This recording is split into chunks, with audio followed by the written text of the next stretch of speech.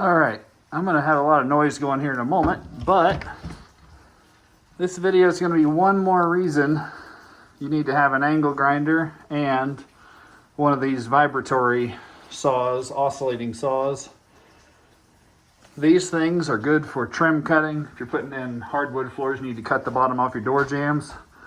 This is an excellent tool for that. It's also an absolute must on every one of my drywall jobs, no matter what I'm doing. This is the tool I turn to for drywall work. It's good for putting in remodel boxes. It's just good for a whole lot of things. Grout removal is a good tool for that. But drywall work is really where this thing shines. Drywall and trim cutting. So I'm going to go ahead and fire up the dust collector and show you one method for replacing drywall. In this home, we weren't able to remove the cabinets without destroying them. So we are going to cut the drywall all the way back to the cabinets. And then we put our new drywall in. It's going to butt right up to the faces of the cabinets. And we'll either caulk it or we'll put a piece of quarter round to conceal the seam. So without further ado, fire up the dust collector, make some noise.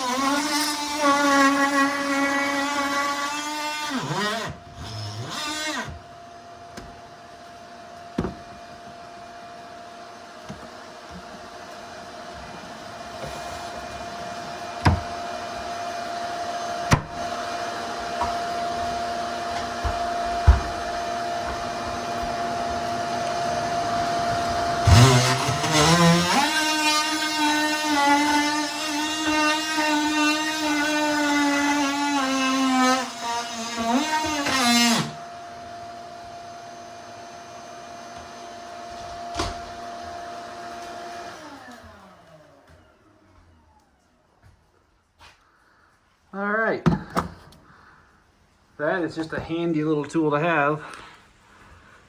Without the video, this little job, I'd say if you were using a little hand saw to cut it loose, for one, you'd really mess up the cabinets.